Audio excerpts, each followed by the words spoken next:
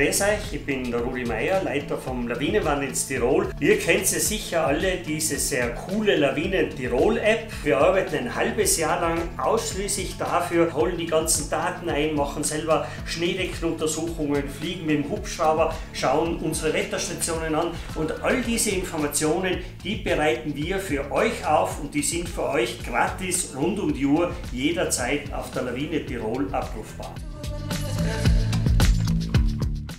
Wir werden vom Lawinenwarn-Netz immer wieder gefragt, was ist eigentlich das Wichtigste, wenn man Skitouren gehen will oder Freeriden. Und das Wichtigste ist ganz eindeutig: informieren, informieren, informieren. Und wo kann man sich besser informieren als mit der Lawine Tirol App? Also bitte vor jeder Skitour, vor jeder Abfahrt da reinschauen und kriegt ein bisschen einen Eindruck auch, wie viel Arbeit da vom Lawinenwarn-Netz Tirol für die Sicherheit geleistet wird.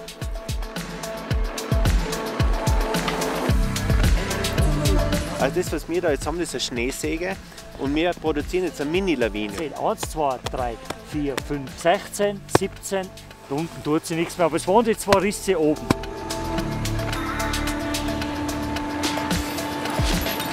Das sind der Neuschnee, der Altschnee, der Nassschnee, der Gleitschnee und der Triebschnee. Triebschnee kommt ja schon in der Episode 2 vor. Was ist Triebschnee eigentlich? Triebschnee ist vom Wind verfrachteter Schnee.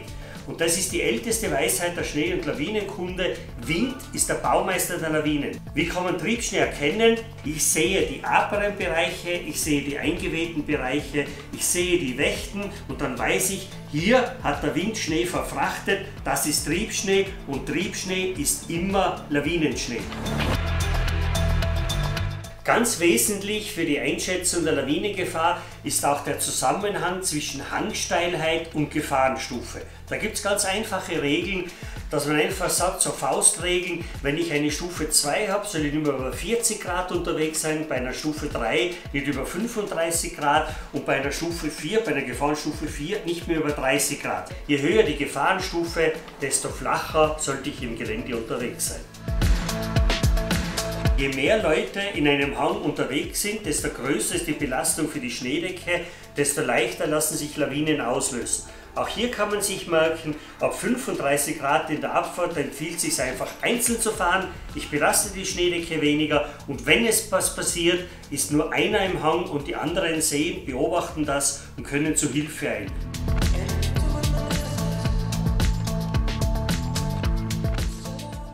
Wir vom Lawinenwarn-Netz Tirolers, wir sind für eure Sicherheit da. Wir wünschen euch schöne, tolle Skitouren, Variantenabfahrten. Passt auf, informiert euch vorher richtig, weil dann könnt ihr auch am Abend euer verdientes Feierabendbier richtig genießen.